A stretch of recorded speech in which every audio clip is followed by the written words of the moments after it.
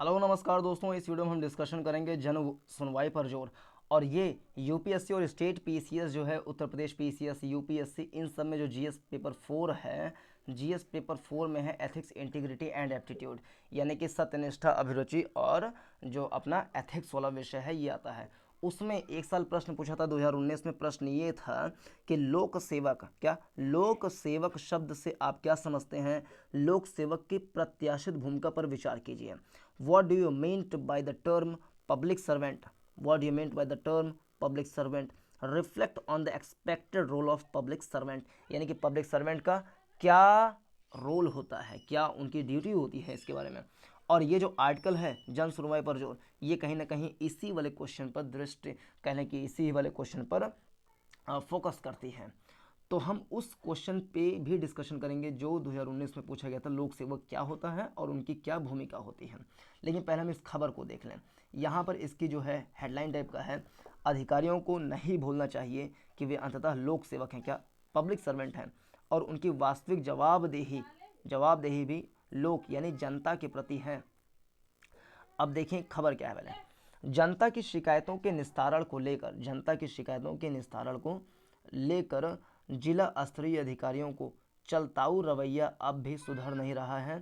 यह दुस्साहसिक ही है कि मुख्यमंत्री को बराबर इसके लिए चेतावनी देनी पड़ रही है, लेकिन पुलिस और राजस्व विभाग के कुछ अधिकारियों की कार्यशैली में अपेक्षित सुधार नहीं हो रहा है। गुरुवार को वीडियो कॉन्फ्रेंसिंग के जरिए समीक्षा के दौरान भी मुख्यमंत्री ने जन सुनवाई पोर्टल और मुख्यमंत्री हेल्पलाइन पर बीते 3 माह में आई शिकायतों के निस्तारण में बढ़ती हुई ढिलाई को देखकर चंदौली, गोरखपुर, बलिया, आगरा, गाजियाबाद की स्थिति पर असंतोष जताया है। साथ ही गोंडा, हमीरपुर, हरदोई, सीतापुर के पुलिस कप्तानों को भी 1 हफ्ते में कार्यशैली में सुधार के लिए इसकी चेतावनी दी है, क्योंकि पुलिस ने शिकायतों को जिस तरह निपटारा किया उससे फरियादी संतुष्ट नहीं थे। सूरत हाल से नाराज मुख्यमंत्री ने सभी जिलाधिकारियों और पुलिस कप्तानों को निर्देश दिया है कि रोजाना 1 घंटा जन सुनवाई जरूर करें, सभी शिकायतों को रजिस्टर में दर्ज कराएं और उनका समयबद्ध निपटारा सुनिश्चित कराएं। पीड़ितों की संतुष्टि ही अधिकारियों की कार्यकुशलता और प्रदर्शन का आधार बनेगी। क्या पीड़ितों की संतुष्टि ही अधिकारियों की कार्यकुशलता और प्रदर्शन का आधार बनेगी? यद्यपि कुछ अधिकारियों का यह रवैया कोई नया नहीं है, इनके लिए सरकारें आती जाती रहती हैं, लेकिन न इनकी कार्यशैली बदलती है और न ही इनकी मानसिकता। अन्यथा जनता की समस्याएं दूर करने को लेकर सतही रवैया अपनाने के पीछे दूसरी कोई क्या वजह हो सकती है? यानी कि उनमें सेल्फ मोटिवेशन का अभाव है।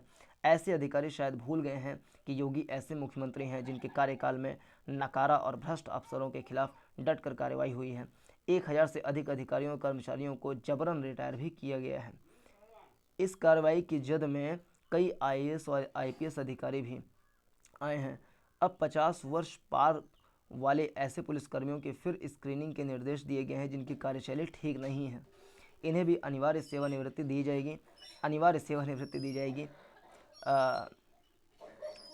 जाएगी। अधिकारियों को नहीं भूलना चाहिए कि वे अंततः लोक सेवक हैं और उनकी वास्तविक जवाबदेही जो है लोक यानी कि जनता के प्रति है। अगर वे जिला स्तर पर ही लोगों की शिकायतों को दूर करा दें तो कोई मुख्यमंत्री के जनता दर्शन में क्यों जाना चाहेगा? तो ये था खबर। अब देखें जो क्वेश्चन पूछा था 2019 में, लोक सेवक शब्द से आप क्या समझते हैं, उनकी भूमिका पर विचार कीजिए। तो लोक सेवक सामान्यतः वह व्यक्ति होता है जो सरकार द्वारा प्रत्यक्ष या अप्रत्यक्ष रूप से नियोजित या चुनाव के माध्यम से नियुक्त किया जाता है। तो लोक सेवक क्या है? पब्लिक सर्वेंट की डेफिनेशन क्या होगी? पब्लिक सर्वेंट में वो सारे व्यक्ति आ जाएंगे जो सरकार के द्वारा प्रत्यक्ष या अप्रत्यक्ष रूप से नियोजित किया गया है। जैसे कि कहने कि आईएएस अधिकारी हो गए, अलग अलग संस्थाएं हो गई, जैसे कि निर्वाचन आयोग हो गया, सुप्रीम कोर्ट हमारी हो गई, ये सब पब्लिक सर्वेंट हैं।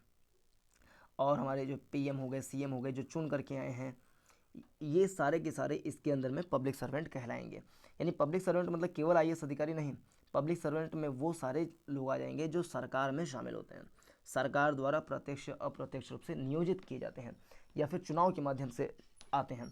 यानी कि जो अपनी योग्यता के बल पर आ जाते हैं। पब्लिक सर्वेंट में वो सारे आ जाएंगे जो अपनी योग्यता यानी कि एबिलिटी के बल पर, जो शैक्षिक एबिलिटी है उसकी योग्यता पर आ जाते हैं, या जो चुनाव यानी कि इलेक्शन के माध्यम से आते हैं, वो सारे लोग इसमें शामिल हो जाएंगे। जो जनता के लिए काम करते हैं वो सारे सारे पब्लिक सर्वेंट हो जाएंगे। तो ये है पब्लिक सर्वेंट की डेफिनेशन। एक लोक सेवक से अपेक्षा की जाती है कि वह अपने व्यक्तिगत हितों के ऊपर सार्वजनिक हित को महत्व दें। यानी व्यक्तिगत हित और सार्वजनिक हित में अगर टकराव हो तो वो सार्वजनिक हित को जो है सबसे ज़्यादा प्राथमिकता दें, व्यक्तिगत हित को ज़्यादा प्राथमिकता न दें। यानी अगर व्यक्तिगत हित वैसा कोई है जिसमें अनैतिकता वाली बात नहीं हो तो वो कर सकता है, लेकिन अनैतिक रूप से व्यक्तिगत हित यानी गलत तरीके से गलत आचरण का प्रयोग करके व्यक्तिगत हित जो है वो अनुमन्य नहीं है और ना ही नैतिक है, ना ही एथिकल है।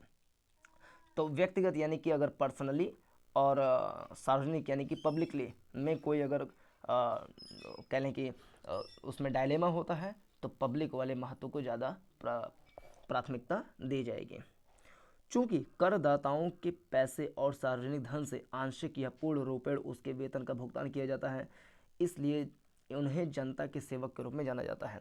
यानी जो भी लोग आते हैं पब्लिक सर्वेंट बनते हैं, उनको जो भी वेतन वगैरह मिलता है वो पब्लिक के टैक्स पेयर वाले पैसे से ही मिलता है, इसीलिए वो जिसका खा रहे हैं उसी की सेवा करेंगे। वस्तुतः ऐसे कई तत्व हैं जो लोक सेवक की अधिक मानवीय और शासन को नैतिक शासन और सुशासन की संरचना प्रदान करने की दिशा में सहायक हो सकते हैं। यानी कौन कौन सी उनके नैतिक शासन और सुशासन को आधार प्रदान कर सकते हैं। तो पहला उसमें पॉइंट है, लोक सेवकों का दायित्व है कि विधि के शासन को बनाए रखना, यानी कि रूल ऑफ लॉ जो है विधि का शासन, आर्टिकल 14 उसको बनाए रखना, ये मेन काम होता है अपना पब्लिक सर्वेंट का। प्रशासनिक न्याय के प्रसार यानी लोगों को न्याय मिल सके, एडमिनिस्ट्रेटिव जो जस्टिस है वो सभी को मिल सके, और नागरिकों को प्रशासनिक सुविधा सुनिश्चित करने के लिए प्रस्तावना में निहित हमारे संवैधानिक आदर्शों की रक्षा करें। यानी उनके क्या क्या कर्तव्य हैं, हमारे लोक सेवकों का कर्तव्य क्या क्या है। तो उसमें पहला पॉइंट है rule of law, rule of law को बनाए रखना।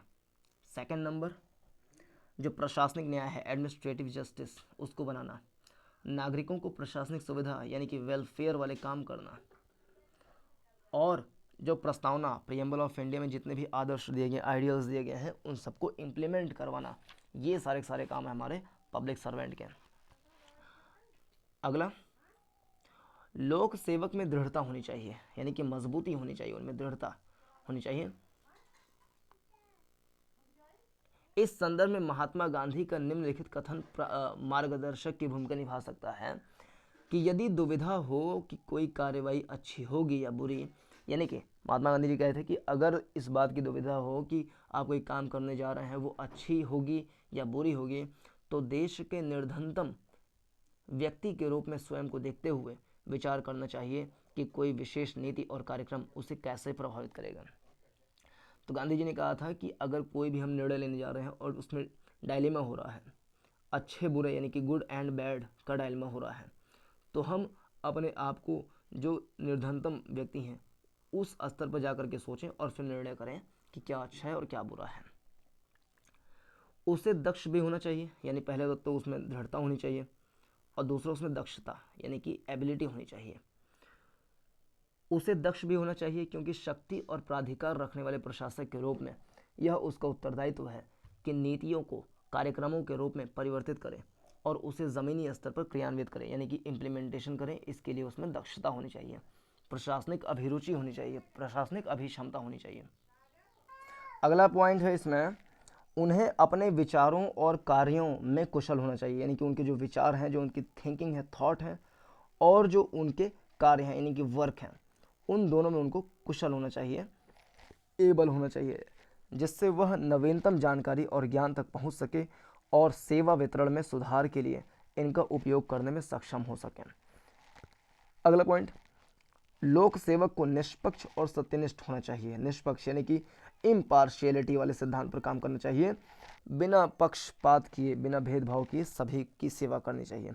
तो लोक सेवक को निष्पक्ष और सत्यनिष्ठ यानी कि इंटीग्रिटी वाला पर्सन होना चाहिए, a man of, A women of integrity होना चाहिए, जिसकी अपेक्षा सरदार पटेल जी ने प्रकट की थी कि लोक सेवक को निष्पक्ष और सत्यनिष्ठ होना चाहिए। किसने कहा था? ये सरदार पटेल ने कहा था कि लोक सेवक को सत्यनिष्ठ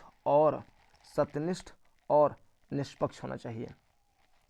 उसे संविधान द्वारा निर्दिष्ट समावेशी राष्ट्रीय विकास के लिए कार्य करना चाहिए। इंक्लूसिव डेवलपमेंट जो है, इंक्लूसिव नेशनल डेवलपमेंट यानी सभी को लेकर के विकास करना, इस पर काम करना चाहिए।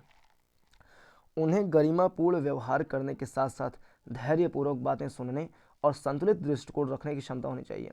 यानी पहली बात तो गरिमापूर्ण व्यवहार रहे, किसी के साथ अमानवीय व्यवहार न करें, किसी को अपमानित न करें, ये होना चाहिए। धैर्यपूर्वक बातें सबकी सुने। अगली, संतुलित दृष्टिकोण यानी कि बैलेंस्ड जो अप्रोच है उसको अपनाना चाहिए। इसके अतिरिक्त अहंकार और अधिनायकवादी प्रवृत्ति से बचना चाहिए। निष्कर्षतः हम ये कह सकते हैं कि इस प्रकार प्रशासन की सफलता उस भागीदारी, प्रतिबद्धता, समर्पण और त्याग पर निर्भर करती है जिसके साथ देश के वंचित लोगों के कल्याण के लिए लोक सेवक प्रयासरत हैं। तो सारे के सारे पॉइंट एक बार फिर से हम रिकॉल कर लें कि लोक सेवक क्या होता है। तो पब्लिक सर्वेंट वो होते हैं जो कि सरकार में होते हैं, जो कि चुन करके आ रहे हैं या प्रत्यक्ष अप्रत्यक्ष रूप से चुन करके सरकार में आ रहे हैं, वो सारे के सारे लोग जो हैं पब्लिक सर्वेंट कहलाते हैं। इनके काम क्या क्या हैं, इनकी ड्यूटी, इनके कर्तव्य क्या क्या हैं, चाहे पीएम, सीएम, डीएम कोई भी हो, सबके ड्यूटी क्या हैं। यह अलग अलग जो संस्थाएं हैं, संवैधानिक संस्थाएं या सांविधिक संस्थाएं, उन सब के क्या दायित्व हैं। तो पहला दायित्व है रूल ऑफ लॉ, विधि का शासन स्थापित करना। प्रशासनिक न्याय यानी कि एडमिनिस्ट्रेटिव जस्टिस प्रोवाइड करना। तीसरा, प्रशासनिक सुविधा यानी वेलफेयर, जो एडमिनिस्ट्रेटिव वेलफेयर है उसको सुनिश्चित करना। जो प्रियम्बल ऑफ इंडिया है उसके आदर्शों को इम्प्लीमेंट करवाना। उनमें क्या होनी चाहिए, तो उनमें दृढ़ता यानी कि मजबूती, एक कहने की हार्डनेस मतलब कि अच्छे उसमें हार्डनेस की अपने सत्यनिष्ठ इरादों पर जो है कायम रह सके, ऐसा वाला हार्डनेस, यानी किसी को परेशान करने वाला हार्डनेस नहीं। और उसे दक्ष होना चाहिए यानी कि एबल होना चाहिए।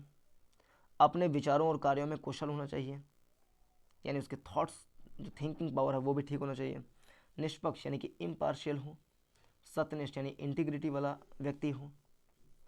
और गरिमापूर्ण व्यवहार करे, उसका बिहेवियर अच्छा हो, धैर्य हो। तो ये सारे जो चीज़ें हैं वो होनी चाहिए एक पब्लिक सर्वेंट के अंदर में। तो ये था इस क्वेश्चन का discussion. Hope you like it. नमस्कार, जय हिंद।